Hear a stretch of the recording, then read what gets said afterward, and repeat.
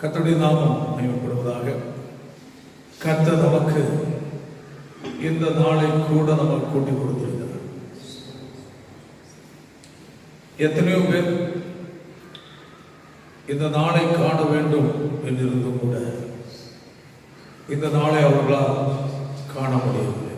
விசேஷமாக இன்றைய நாளிலும் கூட ஒரு ஊழியக்காரர் தருமபுரி மாவட்டத்தில் மறித்து விட்டார்.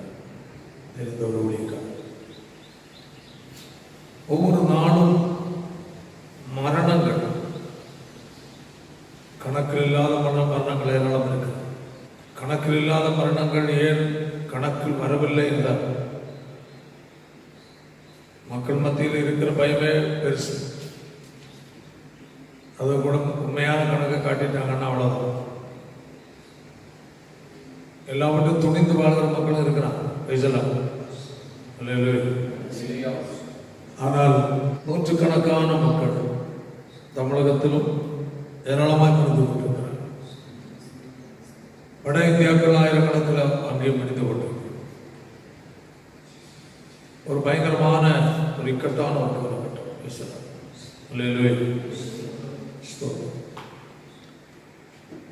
இந்த நாளிலும் கூட கர்த்தர் நம்மை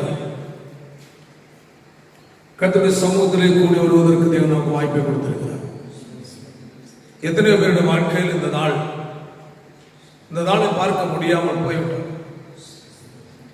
ஒவ்வொரு நாளும் மக்களை ஒரு மரண பயம்தான் பிடித்துக் கொண்டிருக்கிறது. ஒரு மனுஷன் இந்த நாள் நான் உன்னை சந்திக்கிறேன், இந்த நாள் இந்த காரியத்தை உனக்கு நான் செய்கிறேன், உனக்கு தேவை இந்த நாள் தானே, அல்லது நான் உனக்கு கடன்பட்ட பணத்தை இந்த நாள் கொடுத்து விடுகிறேன் என்றெல்லாம் மனிதன் ஒரு நாட்களை குறிப்பிட்டு சொல்லி அந்த நாட்கள் அவன் நிறைவேற்ற நாட்கள் உண்டு. கழிந்த காலம். இன்று எந்த மனிதனுக்கு நாளை தருகிறேன் அல்லது உனக்கு இந்த உதவியை நான் செய்கிறேன் என்று சொல்லத்தக்க நிலையில் உள்ளதான ஒரு காலகட்டத்தில் என்று இல்லை. அவ்வளவு ஒரு மோசமான ஒரு இக்கட்டான ஒரு சூழ்நிலை. எவ்வளவு ஜனங்கள் ஹாஸ்பிட்டல்கள் இருக்கிறார்கள், வெற்றி கிடைக்கவில்லை, ஆக்சிஜன் கிடைக்கவில்லை, மருந்து மாத்திரை கிடைக்கவில்லை.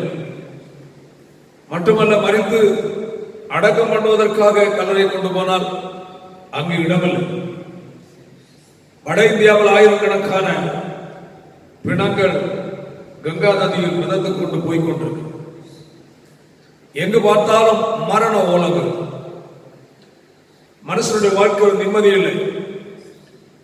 வீட்டை பூட்டிக் கொண்டு வீட்டுக்குள் இருங்கள் என்று சொல்லும் போது ஒரு சிறை வாழ்க்கை, ஹவுஸ் அரெஸ்ட், வீட்டு காவலில் வைக்கப்பட்டது போல இவ்வளவு ஒரு துக்கமான காரியங்கள் ஒவ்வொரு வாழ்க்கை நடக்க என்னதான் நடக்கிறது. ஆளும் யோசிக்கும் போது மிகுந்த துக்கமாக இருக்கிறது. இவைகள் மத்தியிலேயும் நமக்கு ஆறுதல் கிடைக்க தேவ பிள்ளைகளுக்கு ஒரே ஒருவருடைய பாதம் மட்டும்தான் உண்டு. அவர் நம்முடைய ஆண்டவராகிய இயேசு கிறிஸ்து. எவ்வளவு பார துக்கங்கள் நமக்கு இருந்தாலும் கூட அவருடைய பாதத்தை நாம் தேடும் போது, அவருடைய சமூகத்தை நாடும் போது அங்குதான் நமக்கு ஒரு ஆறுதல், ஒரு சமாதானம் கர்த்தர் நமக்கு கொடுக்கிறார். இந்த கடைசி நாட்களிலே தேவனுடைய பிள்ளைகளான நம்முடைய வாழ்க்கையில் மிக மிக எச்சரிக்கையாக எப்பொழுதும் ஒரு ஆயத்தத்தோடு உள்ள ஒரு வாழ்க்கை நாம் வாழ வேண்டியது மிக அவசியமாக இருக்கிறது. வேதத்தில் ஏராளமான காரியங்கள் நமக்கு உண்டு. ஆனாலும் கூட தேவனுடைய பிள்ளைகளை நமக்கு ஒரு நம்பிக்கைக்காக இன்னும் உங்களோடு நான் பேச விரும்புகிற ஒரு முக்கியமான காரியம் பழக்கப்பட்ட கர்த்தருடைய வசனம் தான். பிலிப்பியர் நிருபத்தில் அதனுடைய 3வது அதிகாரம் அவருடைய 20-21 வசனத்தை வாசிக்க கேட்போமாக.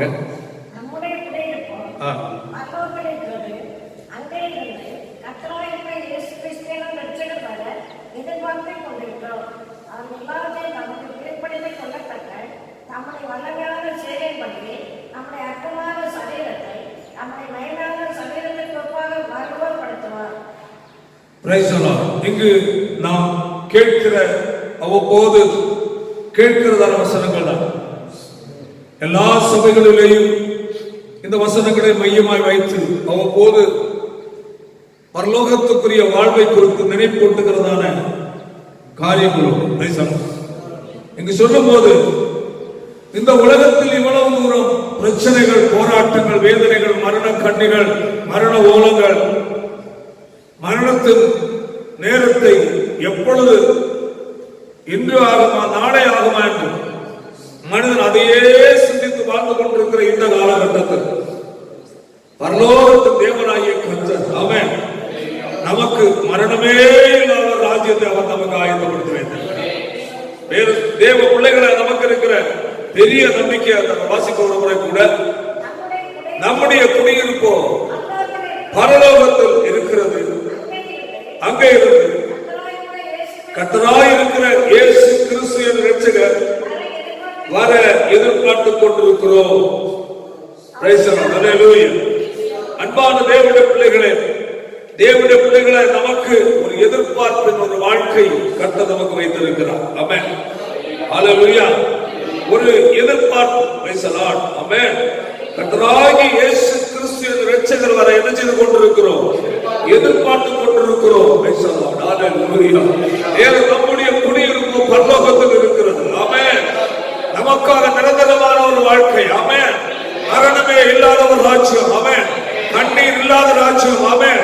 துக்கம் இல்லாத ஒரு ராஜ்யம், ஒரு புறம் இல்லாத ஒரு ராஜ்யம், வியாதி இல்லாத ஒரு ராஜ்யம், மரணமயம் இல்லாத ஒரு ராஜ்யத்தை நம்முடைய தேவனாய கர்த்தர் நமக்காக அவர் ஆயத்தப்படுத்தி வைத்திருக்கிறார். ஹல்லேலூயா. அங்கே இருந்து அவர் சொல்லுகிறார், உங்களுக்கு ஒரு ஸ்தலத்தை ஆயத்தம் பண்ண போகிறேன் என்று கர்த்தர் சொன்னார். ஆமென். யோவான் எழுதின சுவிசேஷம் 14வது அதிகாரம் 2ஆம் வசனத்தை வாசிக்க 2-3 வாசிக்கும் போது, என்னுடைய பிதாவின் வீட்டில் அநேக வாசஸ்தலங்கள் உண்டு, அப்படி இல்லாதிருந்தால் நான் உங்களுக்கு சொல்லி இருப்பேன்.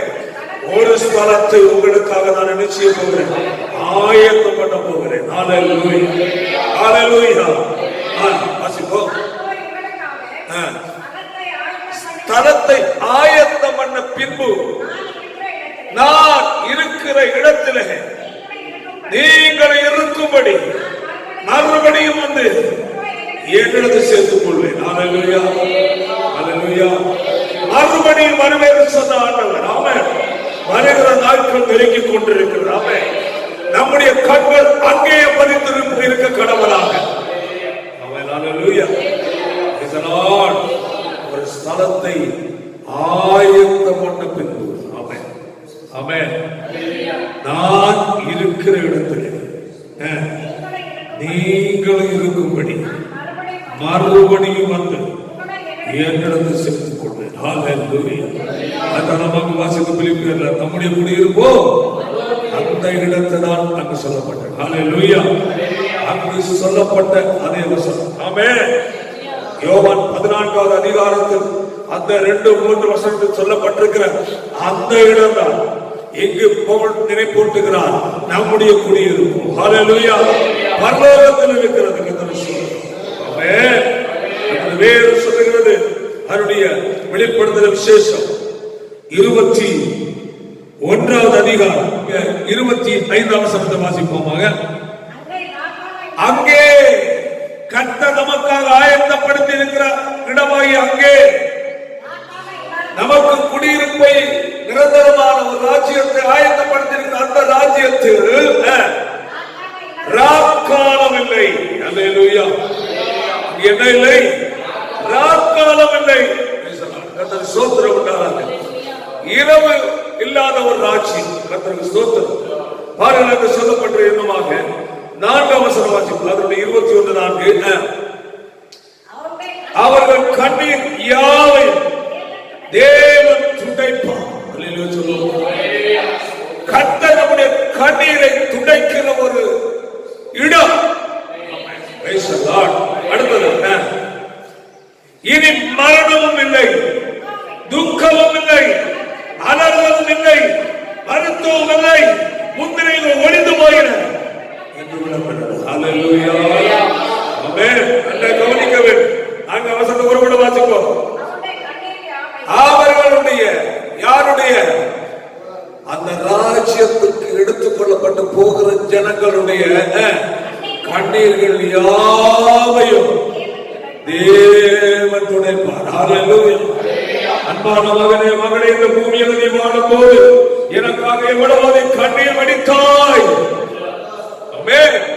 உன்னை எவ்வளவு பரிகாசித்தார்கள், உன்னை எவ்வளவு நிந்தித்தார்கள், உன்னை எவ்வளவு துன்பப்படுத்தினார்கள், அதனால் எவ்வளவோ கண்ணீர் வடித்தாய். மட்டுமல்ல, தேசத்துக்காய் கண்ணீர் வடித்தாய், அழிந்து கொண்டிருக்கிற ஜனங்களுக்காய் கண்ணீர் வடித்தாய், பாவத்தில் மடிந்து கொண்டிருக்கிற ஜனங்களுக்கு கண்ணீர் வடித்தாய், ஆத்மா பாரத்தோடு ஆத்மாக்களை திறப்பதற்கு நீ கண்ணீர் வடித்தாய். ஹல்லேலூயா. அந்த கண்ணீரை எல்லாம் துடைக்கிறேன். ஆமென். ஹல்லேலூயா. அப்படிப்பட்ட ஒரு மகிமையான ஒரு ராஜ்யம். இனி என்ன இல்ல? மரணம் இல்ல. ஹல்லேலூயா. மரணம் இல்லாத ராஜ்யம். ஆமென். அது சொன்னா திருடவும் கொல்லவும் அழிக்கவும் வேண்டி ஏறுவதற்கு நான் அவைகளுக்கு ஜீவன் உண்டாயிருக்க வந்தேன். ஆமென். மட்டும் அந்த ஜீவன் பரிபூர்ணப்பட வந்தேன். ஹல்லேலூயா. நித்திய வாழ்வு. ஆமென். மரணமே இல்லாத ஒரு வாழ்க்கை. ஆமென். இது மரணமும் இல்லை, அடுத்தது துக்கம் இல்லை, அலறுதலும் இல்லை. இந்த உலகம் நமக்கு கொடுப்பது அலறுதல் வாழ்க்கை. ஆமென். வேதனை நிறைந்த வாழ்க்கை, கண்ணீர் நிறைந்த வாழ்க்கை. ஹல்லேலூயா. கர்த்தரை சேவிக்கிற கர்த்தருடைய பிள்ளையே, வேதனம் இல்லாத, துக்கம் இல்லாத, கண்ணீர் இல்லாத, அலறல் இல்லாத ஒரு மகிமையான ராஜ்யத்தை நம்முடைய தேவனாகிய கர்த்தர் நமக்காக அவர் ஆயத்தப்படுத்துவேன். ஆமென். ஹல்லேலூயா. தேவன் சொல்லுகிறது, தேவன் தாமே அவர்கள் கண்ணீர் யாவையும் துடைப்பார். அப்படிப்பட்ட ஒரு உன்னதமான ஒரு ராஜ்யத்தை கர்த்தர் நமக்கு ஆயத்தப்படுத்தி வைத்திருக்கிறார். ஆமென். ஹல்லேலூயா. ஆனால் அப்படிப்பட்ட ஒரு ராஜ்யத்தை கர்த்தர் நமக்கு ஆயத்தப்படுத்தி வைத்திருக்கும் போது பேசலாம். அதனுடைய 21வது அதிகாரம் வெளிப்படுத்தல் 8ஆம் வசனத்தை வாசிப்போமாக. பயப்படுகிறவர்களும் அருவருப்பானவர்கள், கொலைபாதகர்கள், சூனியக்காரர்கள், விக்கிரக ஆராதனைக்காரர்கள், பொய்யர் அனைவரும் இரண்டாம் மரணமாகிய அக்கினியும் கந்தவேறு கடலில் பங்கடைவார்கள். ஹல்லேலூயா. இதோ ஒரு கூட்டம் பரலோக ராஜ்யத்தில் தேற்றப்படும் போது, ஆமென், ஒரு கூட்டம் தன்னுடைய கண்ணீரையாவது துடைக்கப்படும் போது, ஆமென், ஒரு கூட்டம் மகிழ்ச்சியோடு ராஜ்யத்தில் காணப்படும் போது, இதோ ஒரு கூட்டம் போகிற இடத்தை பாருங்கள். ஹல்லேலூயா. அக்கினியும் கந்தவேறு கடல். ஆமென். ஹல்லேலூயா. அவர்களையா பயப்படுகிறவர்கள், அவிசுவாசிகள், அருவருப்பான வாழ்க்கை வாழ்கிறவர்கள், கொலைகாரங்க, விபச்சார பாவத்திற்கு அடிமைப்பட்டிருக்கிறவர்கள், சூனியங்கள், மாந்திரிகங்கள், அந்தரங்கள், அஷ்டபந்தரங்கள், இப்படி எல்லா விதமான காரியங்களுக்கு தங்கள் மனதை விடுகிற மக்கள், விக்கிரகத்தை வழிபடுகிறவர்கள், அல்லேலூயா, அல்லேலூயா, விக்கிரக ஆராதனைக்காரர்கள், பொய்யர் அனைவரும் இரண்டாம் மரணம். எத்தனாவது மரணம்? இரண்டாம் மரணம். ஆமென். முதலாவது ஏதேனில் வைத்து கர்த்தர் ஆதாமுக்கும் ஏவாளுக்கும் சொன்ன வார்த்தை என்னவென்றால், விலக்கப்பட்ட கனியை புசிக்கிற நாளிலே நீங்க சாகவே சாவீர்கள். ஹல்லேலூயா. கடைசி மரணம். ஆமென். ஹல்லேலூயா. நித்திய ஆக்கினை. ஆமென். அக்னியும் கந்தவேறு கடல். ஹல்லேலூயா. Praise the Lord. அந்த கடலிலே உள்ள நாம் பங்கடைவார்கள். இந்த நாட்களிலே ஏன் சுவிசேஷம் அறிவிக்க வேண்டும்? என் ஆத்துமாக்களுக்காக ஏன் ஜெபிக்க வேண்டும்? அழிந்து கொண்ட ஜனங்களுக்காக ஜெபித்து பிரயாசம் பண்ண வேண்டும். அல்லேலூயா. வரப்போகிற இந்த தண்டனையிலிருந்து அவர்களை காப்பாற்றுவதற்காக. ஆமென். ஹல்லேலூயா. கர்த்தருடைய நாமம் மகிமைப்படுவதாக. அதான் சொல்லப்பட்ட கர்த்தர் ஸ்தோத்திரம். நமக்காக நம்முடைய ஆண்டவர் கண்ணீர் இல்லாத ராஜ்யம், மரணம் இல்லாத ராஜ்யம், துக்கம் இல்லாத ராஜ்யம், அலறுதல் இல்லாத ராஜ்யம், வருத்தம் இல்லாத ராஜ்யம் நம்முடைய ஆண்டவர் நமக்காக ஒரு ஆயத்தப்படுத்தி வைத்திருக்கிறார். அல்லேலூயா. இன்றைய கிறிஸ்தவ உலகத்தில் praise the Lord, praise the Lord, ஒரு 5 கூட்ட ஜனங்கள் உண்டு. Praise the Lord. ஆமென். அதை புரிந்து கொள்ள வேண்டும். இந்த இடத்தில் யார் வருவார்? Praise the Lord. அந்த பிலிப்பியர் ஒரு முறை வாசித்து கடந்து போவோம். 3ஆம் அதிகாரத்துல 21 வாசிப்போம்.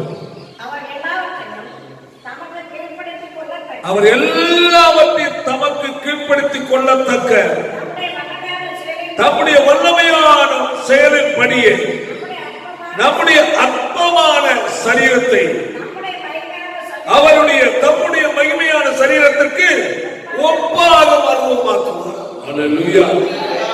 Price the Lord. நம்முடைய அற்பமான சரீரம், அழிவுள்ள அந்த சரீரம். Praise the Lord. அல்லேலூயா. அதை குறித்து பார்க்கும்போது பாருங்கள், 1 கொரிந்தியர்ல 15ஆம் அதிகாரத்துக்கு நேராக நம்முடைய கவனத்தை செலுத்துவோமாக. அதனுடைய 50ஆம் வசனம்.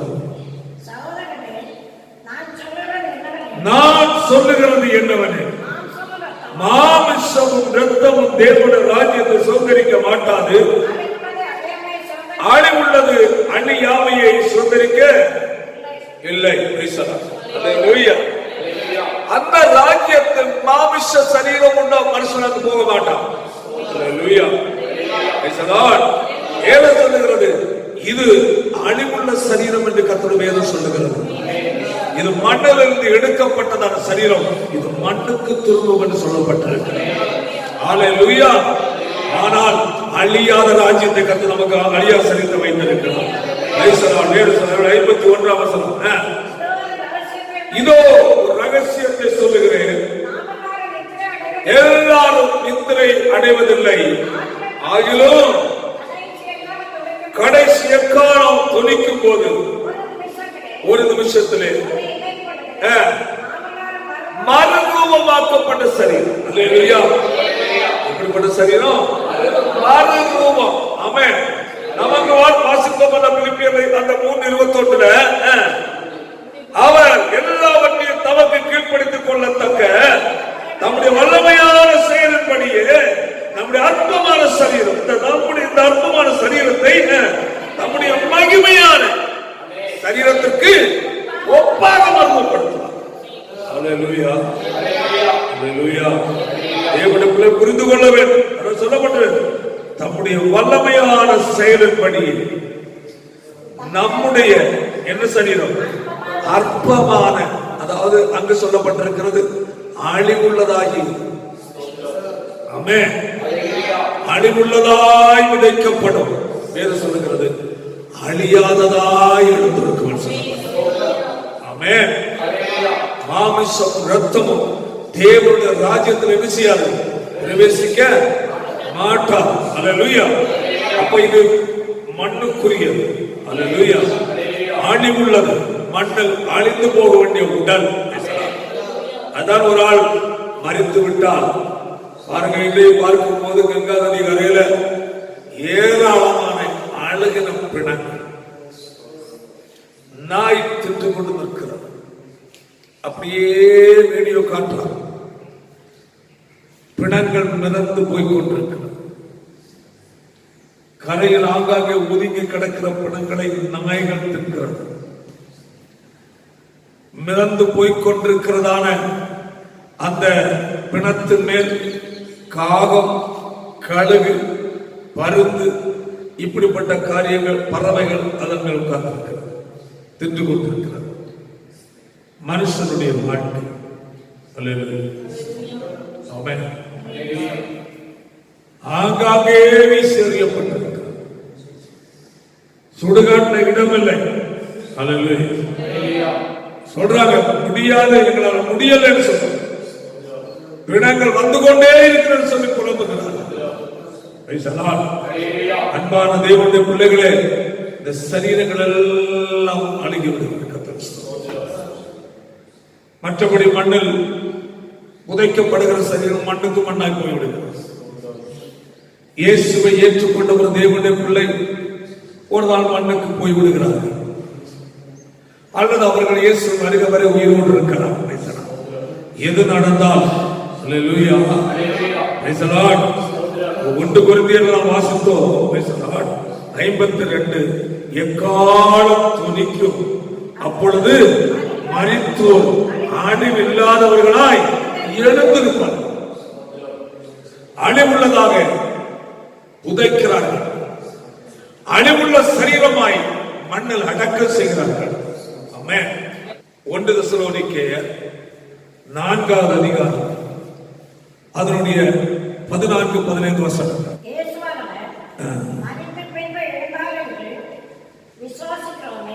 இயேசுவானவர் மரித்த பின்பு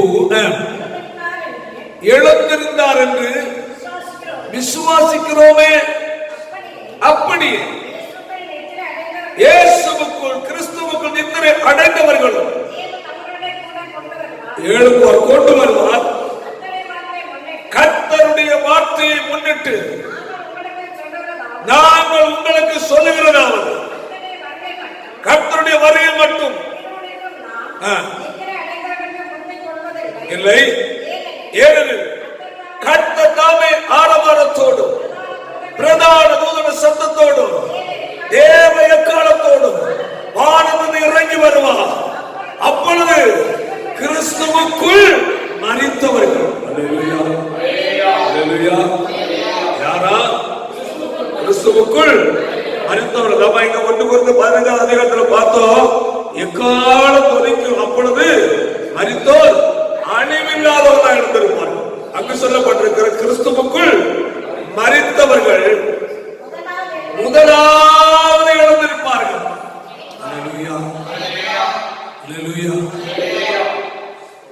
கிறிஸ்துவுக்குள் மரித்தவர்கள் முதலாவது எழுந்திருப்பார்கள். எப்படிப்பட்ட சரீரத்தோடு எழுந்திருப்பார்கள்?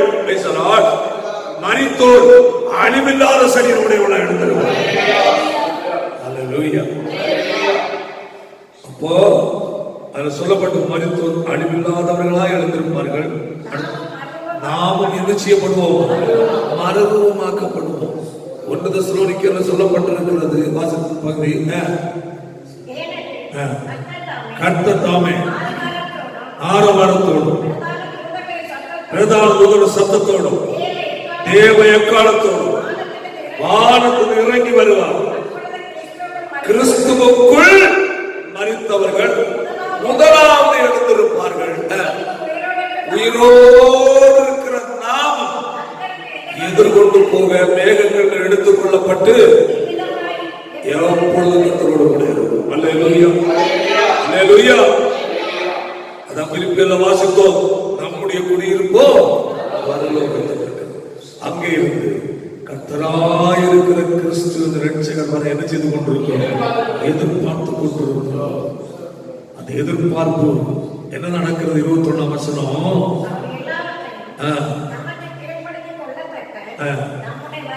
அவருடைய தம்முடைய வல்லமையான செயலின்படியே நம்முடைய அற்பமான சரீரத்தை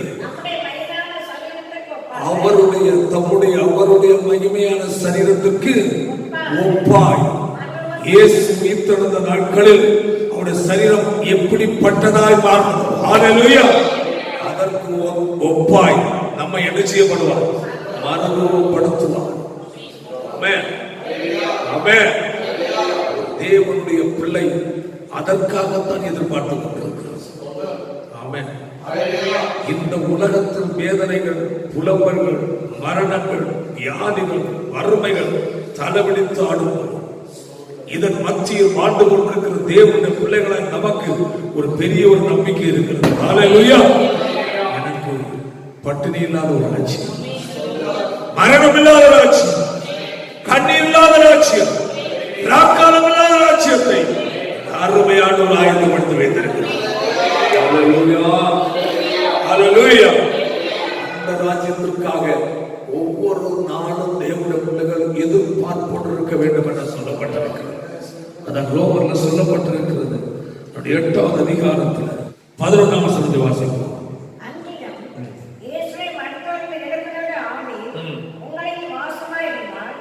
சொல்லப்படும் அன்றியும் இயேசுவை மரித்தோரிலிருந்து உயிரோடு எழுப்பினவருடைய ஆவி உங்களில் வாசமாயிருந்தால், கிறிஸ்துவை மரித்தோரிலிருந்து எழுப்பினவர் உங்களில் வாசமாயிருக்கிற தம்முடைய ஆவியினாலே சாவுக்கு ஏதுவான நம்முடைய சரீரத்தை என்ன செய்வாரா? உயிர்ப்பிப்பார். அல்லேலூயா, ஆமென், அல்லேலூயா. சொல்லப்பட்டிருக்கிறது, இயேசுவை மரித்தோரிலிருந்து எழுப்பினுடைய ஆவி உங்களில் எப்படி இருந்தார்? வாசமாயிருந்தார். அல்லேலூயா. அப்படி என்றால் அவருடைய ஆவியாருடைய ஆளுகைக்கு உட்பட்டு உங்கள் சரீரம் செயல்பட்டுக் கொண்டிருந்தால், பரிசுத்த ஆவியாருடைய நடத்துதலுக்கு ஏற்றபடி உங்களுடைய மனதிலை உங்கள் சரீரத்தை நீங்கள் ஒப்பு கொடுத்து நீங்கள் ஆவிக்கு ஏற்றபடி வாழ்ந்தால், சொல்லப்பட்டு ஆவிக்கு ஏற்றபடி நடவுங்கள், அப்பொழுது மாமிசத்து நிச்சயித்திருப்பீர்கள், நிறைவேற்றாதிருப்பீர்கள். அல்லேலூயா. நமக்குள்ள தேவன் பரிசுத்தாவி எதற்கு தந்திருக்கிறார்? அல்லேலூயா, அல்லேலூயா. அவருக்கு ஏற்ற நிலையில் நம்மை நடத்துவதற்காக. ஆமென், அல்லேலூயா.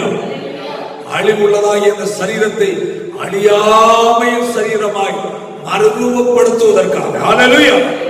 அதற்கு தகுதி உள்ள ஒரு சரீரமாக நம்மை, நம்முடைய ஆவி ஆத்ம சரீரத்தை மாற்றி அமைப்பதற்காக நமக்குள்ள வாசம் பண்ணுங்க. அல்லேலூயா. அதான் சொல்லப்பட்டிருக்கிறது. ஆமென், பிரைஸ் தி லார்ட். சொல்லப்பட்டிருக்கிறது அதனுடைய 14ஆம் வசனம், ரோமர்ல 8:14. மேலும் எவர்கள் தேவனுடைய ஆவியினால் நடத்தப்படுகிறார்களோ அவர்கள் தேவனுடைய புத்திரராயிருக்கிறார்கள். ஆமென், அல்லேலூயா. எவர்கள் தேவனுடைய ஆவியினால், நமக்குள் எதற்காய் வாசமாயிருக்கிறார்? ஆமென். நமக்குள் ஆவியானவர் நினைச்சுவதற்கு ஆளுகை செய்ய நம்ம வழிநடத்த. Praise the Lord. அல்லேலூயா. அதை புரிந்து கொள்ள வேண்டும். பாருங்க, வாசிப்போம். மேலும் எவர்கள் தேவனுடைய ஆவியினால் நடத்தப்படுகிறார்களோ தேவனுடைய புத்திரர், அதை புரிந்து கொள்ள வேண்டும். Price the Lord. 11ல என்ன வாசித்தோம்? கிறிஸ்துவை மரித்தோரிலிருந்து எழுப்பினவருடைய ஆவி உங்களில் வாசமாயிருந்தால்.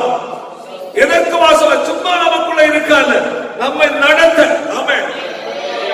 எதற்கு நடத்த? அந்த ராஜ்யத்தில் அவருடைய சாயலுக்கு ஒப்பாய் நம்மை மாற்றுவதற்கு தகுதி உள்ள ஒரு வாழ்க்கைக்கு நேராக நம்ம நடத்துகிறவர். கண்டபடி நடத்துகிறவர். அல்லேலூயா.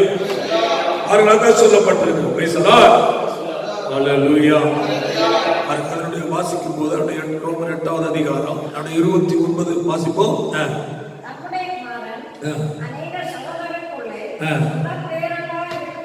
இருக்கும்படிக்கு எவர்களை முன்னறிந்தார்கள்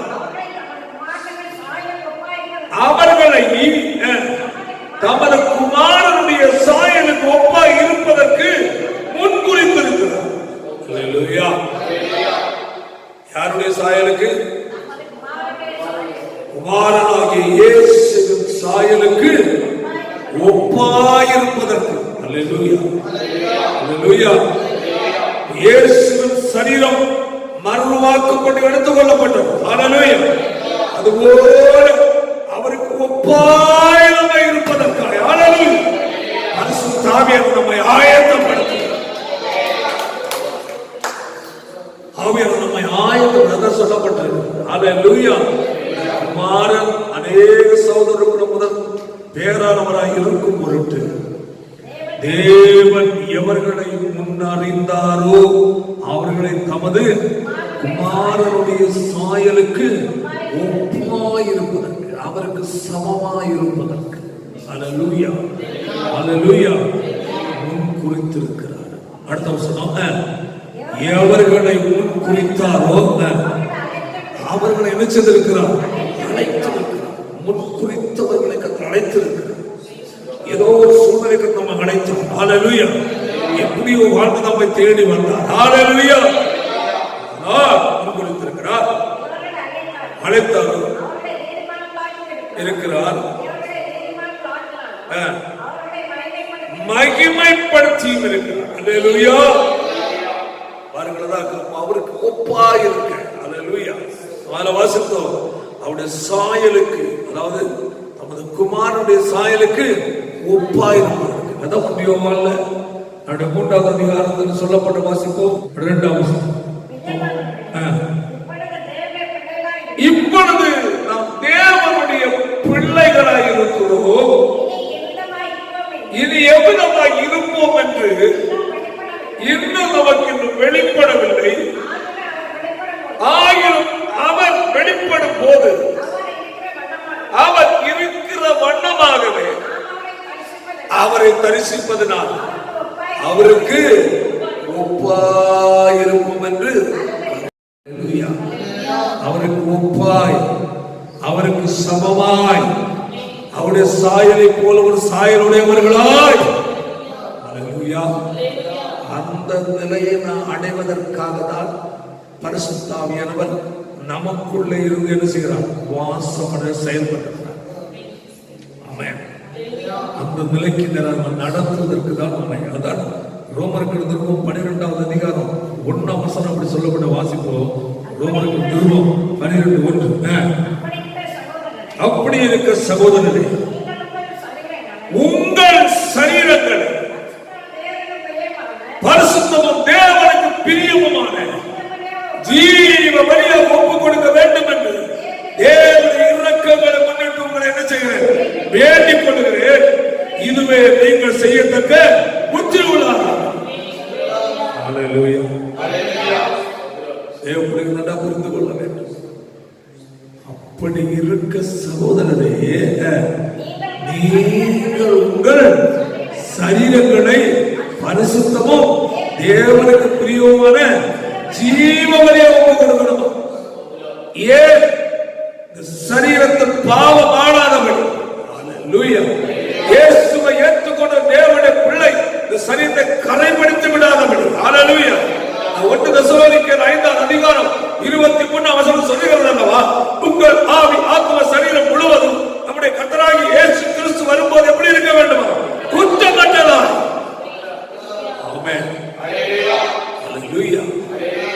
குற்றமற்றதான நிலையிலே நம்மை அவருக்கு ஒப்பாய் இருப்பதற்காய் நம்மை கர்த்தர் தெரிந்து கொண்டபடியினால் நம்ம சரீரம் குற்றப்படாமல், கரைபடாமல், நம்முடைய ஆவி ஆத்ம சரீரம் களங்கம் ஏற்படாதபடி காத்துக்கொள்ள வேண்டும். அதனால் தானே பவுல் ரோமர்ல 12ஆம் அதிகாரம் சொல்லுகிறார், அப்படி இருக்க சகோதரரே, நீங்கள் உங்கள் சரீரத்தை பரிசுத்தமும் தேவனுக்கு பிரியமுமான ஜீவ பலியாய். ஏன் பேசலாம்? நம்ம அவருக்கு ஒப்பாய் மாற வேண்டியவர், அவருடைய குமாரன் சாயலுக்கு ஒப்பாய் மாற்றப்பட வேண்டியவர். ஹalleluya. அதனால் பூமியில் நமக்கு தேவன் கொடுக்கப்பட்ட நாட்கள். ஹalleluya.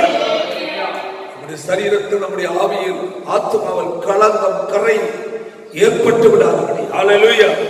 நம்மை காத்து வாழ்வதற்காக தான் தேவன் நம்முடைய ஆவியை நமக்குள்ள வைத்திருக்கிறார். ஆமென். ரோமர்ல சொல்லப்பட்டிருக்க 14ஆம் அதிகாரத்தில் அவர் வந்து உங்களை சகல சத்தியத்துக்குள்ள என்ன செய்கிறவர்? வழிநடத்துகிறார். ஹalleluya. ஆமென். சத்திய ஆவியாகி அவர் வரும்போது சகல சத்தியத்துக்குள்ளும் உங்களை நடத்துவார். நமக்குள்ளே இருந்து, ஹalleluya, ஹalleluya, நமக்குள்ளே இருந்து ஆவியானவர் நம்மை நடத்துகிறார். நமக்கு வாசித்தோம் ரோமர் 8:11 பிரைஸ் தி லார்ட். கிறிஸ்துவ மரித்தோர் உயிரோடு எழுந்தவருடைய ஆவி உங்களில் வாசமாயிருந்தார். வாசமாயிருந்தால் என்றால் சும்மா ஒண்ணு அந்நிய பாஷை பேசுறதுக்கோ கை தட்டுவதற்கோ இருந்தால் என்றால், வாசமாயிருந்தால் பரிசுத்த ஆவியானவர் என்ன நோக்கத்தோடு நமக்குள் ஊற்றப்பட்டிருக்கிறாரோ, நமக்குள் கடந்து வந்திருக்கிறாரோ, நாம் பெற்றிருக்கிறோமோ, நமக்குள் ஆளுகை செய்கிறாரோ, அவர் எதற்காக நமக்குள் இருக்கிறாரோ அந்த நோக்கத்தை நம்முடைய ஆவி ஆத்ம சரீரத்திலையும் நாம் இந்த பூமியில் வாழ்கிற நாட்களிலும் நிறைவேற்றுவதற்கு. சும்மா இருக்க. ஆமென். பரிசுத்தம் பெற்றாச்சு. எப்படியோ வாழ்ந்தா பரவாயில்ல, பாவம் செய்தால் பரவாயில்ல, அக்கிரமம் செய்தால் பரவாயில்ல, இயேசு வரும்ப ஆவியானவர் நம்மை மறுவப்படுத்தும். அப்படி அல்ல. அல்லேலூயா. அவர் நமக்குள் வாசமாய் இருப்பது எதற்காக? அல்லேலூயா.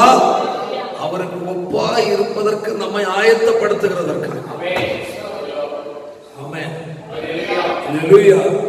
அவர் வந்து சத்தியாகிய அவர் வந்து சகல சத்தியத்துக்குள்ளும் நம்முடைய மாமிசத்திலும் ஆவியிலும் சரீரத்திலும் இருக்கிற ஆத்மாவில் இருக்கிற எல்லா கரைகளையும் நீக்கி சத்திய வசனத்தின் மூலமாய் நம்மை சுத்தமாக்கி அவருக்கு ஒப்பாய் இருப்பதற்கு நம்மை ஆயத்தப்படுத்துகிற வேலைதான் பரிசுத்த வேலை. மட்டுமல்ல, அந்த பூமியில் நாம் இருக்கும் போது அல்லேலூயா எதற்காக தெரிந்து கொண்டாரோ அவருடைய சித்தத்தை இந்த பூமியில் நம்மை கொண்டு நிறைவேற்றுவதற்காக நம்ம தெரிந்து. அன்பான தேவனுடைய பிள்ளைகளே, ஏதோ சொல்ல ஆவிக்கு ஏற்றபடி நடந்து கொள்ளுங்கள்.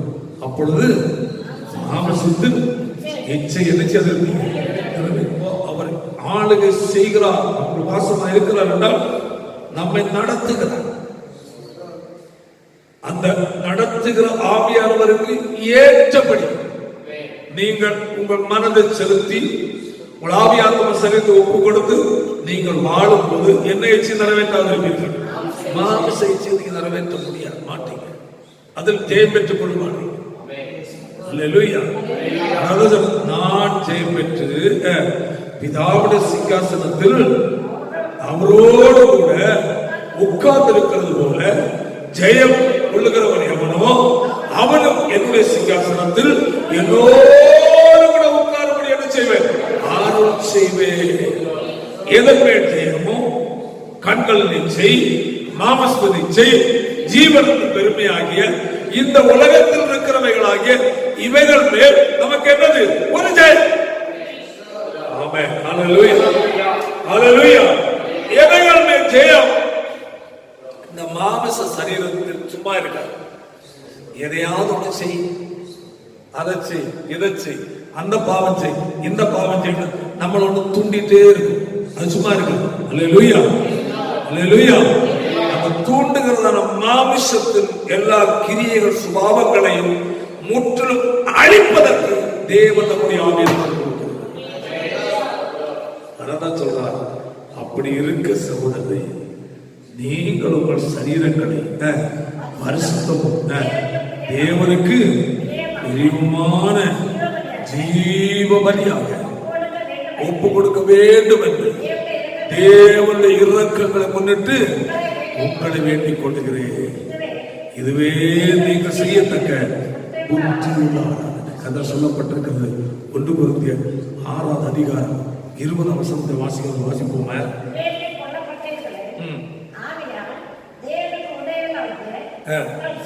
கிரியத்துக்கு கொல்லப்பட்டீர்களே, ஆகையால் தேவனுக்கு உடையவர்களாக இருக்கிற உங்கள் சரீரத்தினாலும் உங்கள் ஆவியினாலும் தேவனை மகிமைப்படுத்துகிறார்.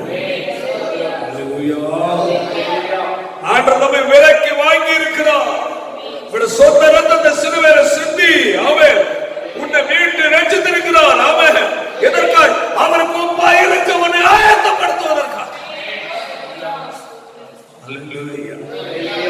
அந்த நாட்கள் நெருங்கிக் கொண்டிருக்கிற இந்த நாட்கள் தேவனுடைய பிள்ளைகள் தெய்வ பயத்தோடு ஆமென் ஆமென் பரிசுத்த ஆவியானவரை சார்ந்து ஆமென் பரிசுத்த ஆவியானவர் நம்மை எப்படி நடத்துகிறார் அதை புரிந்து கொள்ள வேண்டும். ரோமர் 8ஆம் அதிகாரம் 13ஆம் வசனத்தை வாசிக்கும் போது வாசிப்போமாக, மாமிசத்தின்படி பிழைத்தால் சாவீர்கள், ஆவியினாலே சரீரத்தின் கிரியைகளை அழித்தார். அல்லேலூயா. ஆவியினாலே சரீரத்தின் செய்கைகள். அப்ப நம்முடைய சரீரத்திலிருந்து சில மாமிச செய்கைகள் நம்மளிருந்து வெளிப்பட்டுக் கொண்டிருக்கும். அவைகளை எதனால் அழிக்கணுமா? ஆவியினால் அழிக்கணும். எதனால் அழிக்கணும்? ஆவியினால். அதுதான் தேவன் அவருக்கான பரிசுத்த ஆவியின் நிறைவை கொடுத்திருக்கிறார். வெறும் அந்நிய பாசையோடு இருக்காது. ஏதோ கைத்தட்டி எமோஷனோடு குழுங்குவதற்காக அல்ல. அல்லேலூயா. ஆவியானவர் உனக்குள்ள வந்ததன் நோக்கம், ஆமென், நான் உலகத்தால் அல்லாதது போல அவர்களும் உலகத்தால் அல்லாதவர்களாகிய நான் கர்த்தரால் தெரிந்து கொள்ளப்பட்டு இந்த உலகத்தில் கர்த்தர் நம்ம வைத்து, அல்லேலூயா, உலகத்தில் செயல்படுகிற, உலகத்தில் செயல்பட்டுக் கொண்டிருக்கிற கண்களின் இச்சை, மாமஸ்தின் இச்சை, ஜீவனத்து பெருமையாகிய இந்த உலகத்துக்குரிய காரியங்கள் மேல் ஜெயம் பெற்று உலகத்துக்கு அல்லாதவர்களாய் நாம் இந்த பூமியில வாழ்ந்து கிறிஸ்துவை வெளிப்படுத்துவதற்கான தேவன் நம்முடைய ஆவியானவர். ஆமென். சொந்த பலத்துல வாழ முடியாது. நீ பரிசுத்தமாய் வாழ உன்னால் வாழ முடியாது. உண்மையாக நீ வாழ முடியாது. என்னுடைய சித்தத்தை நீ செய்ய என்னால உன்னுடைய சொந்த பலத்தில் முடியாது. ஆமென். அல்லேலூயா. அதற்காக அவர் கொடுத்ததுதான் தேவனுடைய பரிசுத்த ஆவியானவர். அந்த ஆவியின் நிறைவோடு பரிசுத்த ஆவியோடு நடத்துவதற்கு ஏற்றபடி தான் வாழணும். அல்லேலூயா. ஜெயமுள்ள ஒரு வாழ்க்கை பூமியில வாழ முடியும். ஆமென். பரிசுத்த ஆவியோட நிறைவை நமக்கு ஏன் கொடுக்கிறார்? இந்த உலகத்தில் ஒரு வெற்றிகரமான வாழ்க்கை வாழ, ஒரு அந்நிய பாஷை பேசி கைத்தட்டி குலுக்கி ஏதோ செய்து விட்டு வாழ்வதற்கு அல்ல. அதான் சொல்லப்பட்ட ஆவிக்கு ஏற்றபடி என்ன செய்யுங்கள், நடந்து கொள்ளுங்கள். அப்பொழுது நிறைவேற்றப்பட்ட உங்களுக்குள் வாசமா இருக்கிற ஆவியானவருடைய உணர்த்துதலுக்கும் நடத்துதலுக்கும் உந்துதலுக்கும் ஏற்றபடி நம்முடைய வாழ்க்கையை அர்ப்பணித்து வாழும். ஆமென்.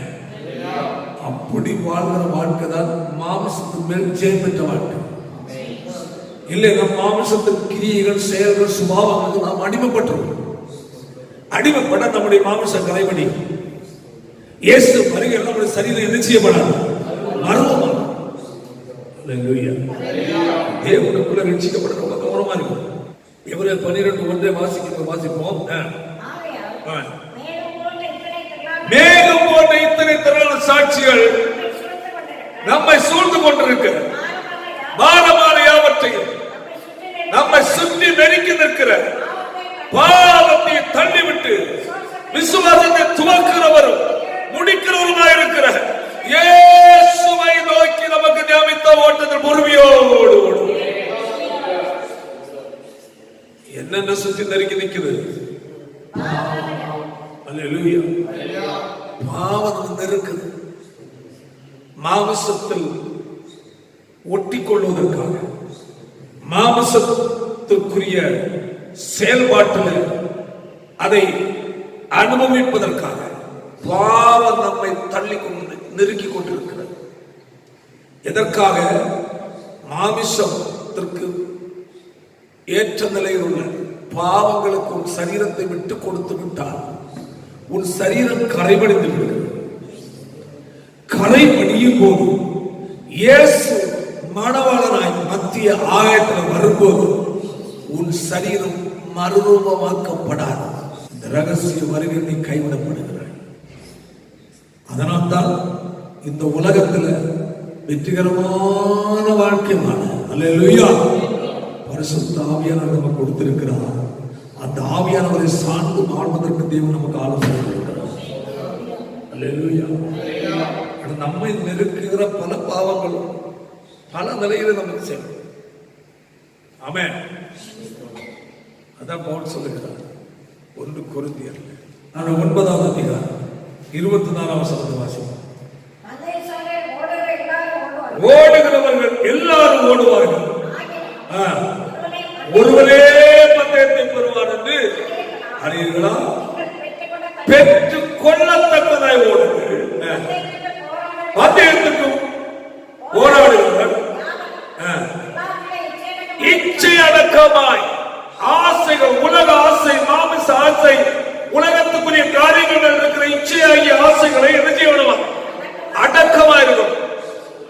சொந்த பலத்தில் அல்ல, ஆவியோட உதவியோட அடக்கமாய் மேற்கொள்ளுங்க. அதான் சொல்றது. நீங்கள் எதற்கு எப்படி ஓடுங்க? பெற்றுக் கொள்ளத்தக்க. அல்லேலூயா. அவர் சொல்லுகிறார், நல்ல போராட்டத்தை போராடினேன், ஓட்டத்தை முடித்தேன், விசுவாசத்தை காத்துக் கொண்டேன். இது முதல் நீதி கிரீடம் எனக்காக வைக்கப்பட்டிருக்கிறது. நீதி உள்ள நியாயாதிபதி அந்நாளிலே எனக்கு தந்தருவா. எனக்கு மாத்திரமல்ல, அவருடைய பிரசன்னமாகுதலை விரும்புகிற யாவரும் நலகரங்களை தட்டி கொண்டு மையப்படுத்துவோம். ஹல்லேலூயா, ஆமென்.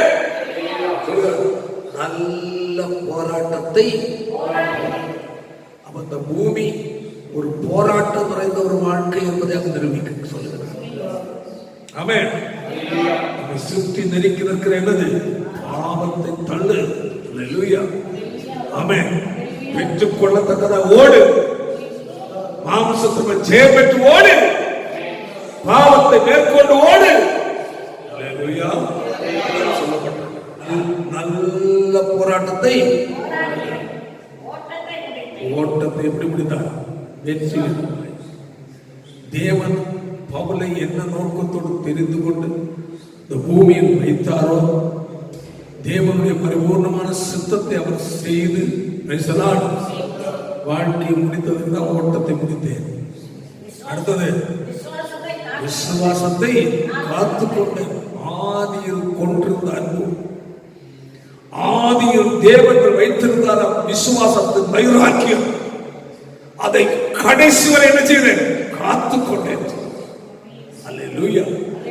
சூழ்நிலைக்கு ஏற்றபடி தேவர்கள் வைத்திருக்கிற விசுவாசத்தை விட்டு அங்கும் இங்கும் சாய தேவர்கள் விசுவாசம் வைத்தோமா, மரணமோ ஜீவனோ, நன்மையோ தீமையோ, துக்கமோ சந்தோஷமோ, நஷ்டமோ லாபமோ, எதுவா இருந்தால் ஹல்லேலூயா, இயேசுவில் வைத்திருக்கிற விசுவாசத்தை விட்டு என்ன செய்ய முடியாது? பிரிக்க முடியாது. அதுதான் சொல்லப்படுவோம். திரும்ப அதிகாரம் 36 கிறிஸ்துவின் அன்பை விட்டு நம்மை பிரிப்பவன் யார் கேட்கிறார். ஹல்லேலூயா, ஹல்லேலூயா. சவால் விடுறார், சேலஞ்ச். ஆமென். கிறிஸ்தவ வாழ்க்கை சவாலின் வாழ்க்கை. கிறிஸ்தவ வாழ்க்கை சாத்தானுக்கு சவால் விடுகிற வாழ்க்கை. சொல்லுகிறார், கிறிஸ்துவின் அன்பை விட்டு நம்மை பிரிப்பவன் யார்? உபத்திரவமோ, வியாகுலமோ, துன்பமோ, பசியோ, நிர்மாணமோ, நாசமோசமோ, பட்டயமோ, நம்ம அன்பு கூறுகிறவர்களே முற்றிலும் ஜெயம் கொள்கிறவராக இருக்கிறோம்.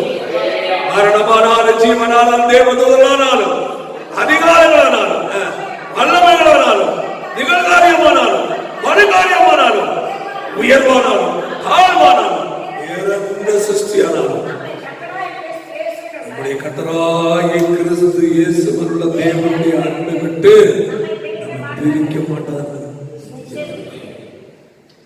அந்த கிறிஸ்தவ வாழ்க்கை போராட்டம் நிறைந்த வாழ்க்கை தான், பாடுகள் நிறைந்த வாழ்க்கை தான், மரணம் சூழ்ந்த ஒரு உலகம் தான். எல்லாவற்றும் மத்தியில் வாழ்கிற வாழ்க்கை தான் கிறிஸ்தவ வாழ்க்கை. இவர் உலகத்தில் என்ன நடந்தாலும் நமக்கு எதிராக எது கடந்து வந்தால் அல்லேலூயா, கிறிஸ்துவின் அன்பை விட்டு நம்மை பிரிப்பவன் யார் என்று சவால் வாழ்க்கை தான் கிறிஸ்தவ வாழ்க்கை.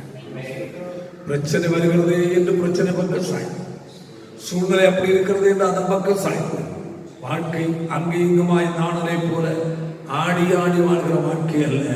நீதிமன்றோ பனை போல செலுத்து, இவனும் கேள்வி போல வளர்வான். எந்த சூழ்நிலை வந்தாலும் கத்தருக்கு நிமிர்ந்து நிற்கிறவன் தான் தேவனுடைய பிள்ளை. பிரச்சனை வருகிறது தான் இந்த உலகம், போராட்டம் நிறைந்ததான ஐயா உலகம், மரணமும் எல்லாம் நிறைந்ததான் இந்த உலகம். அல்லேலூயா. மத்தியில் வாழ்கிறது நீயும் நானும். உனக்குள்ள எனக்குள்ள தேவன் தந்திருக்கிற பரிசுத்த ஆவியானவரை சாப்பிடு ஒரு ஜெயம் பெற்ற ஒரு வாழ்க்கை வாழ கற்றுக்கொள்வோம். அல்லேலூயா. நான் ஜெயம் பெற்று சிங்காசனத்தில் அவரோடு கூட உட்கார்ந்து இருக்கிறது போல ஜெயம் கொண்டுகிறவனோ அவன் என்னுடைய சிங்காசனத்தில் என்னோடு உட்கார்படி அருள் செய்வேன் சொல்கிறார். இதோ நான் சீக்கிரமாய் வருகிற சொன்ன ஆண்டவர் அது சீக்கிரமாக வருகிறார். நம்முடைய குடியிருப்பு பரலோகத்தில் இருக்கிறது.